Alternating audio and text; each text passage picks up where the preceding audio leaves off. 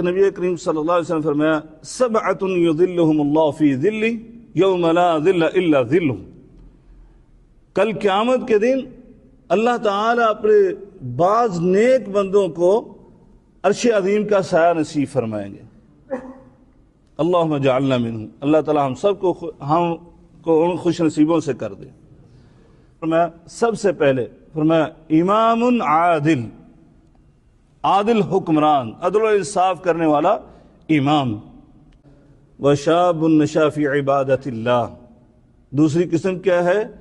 وہ ہے نوجوان عبادت کرنے والا، عبادت میں مشغول رہنے والا۔ تیسری قسم فرمایا ورجل قلبہ معلق بالمساجد، یہ مسجد کے اندر بیٹھے ہو نا، فرمایا تیسری قسم کے وہ لوگ جن کا مسجد کے ساتھ دل لگ جائے۔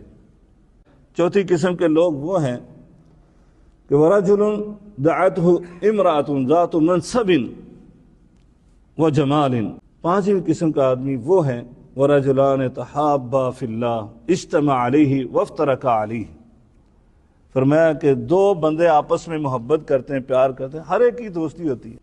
چھٹی قسم فرمایا ورجل تصدق بصدقۃ فاخفاها، ایک وہ آدمی کہ جو اللہ کے راستے میں صدقہ کرتا ہے فاخفاها، اور اس کو اتنا چھپاتا ہے حتی لا تعلم شمالہ ما انفق یمینہ، کہ اس کا بایاں ہاتھ وہ نہیں جانتا کہ دائیں نے کیا خرچ کیا ہے۔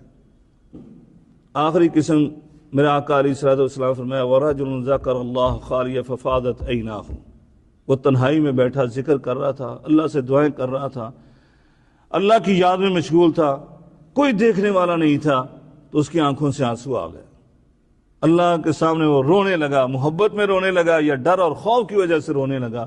تو فرمایا یہ بھی وہ خوش نصیب ہے جس کو اللہ تبارک و تعالیٰ جو ہے عرش عظیم کا سایہ نصیب فرمائیں گے۔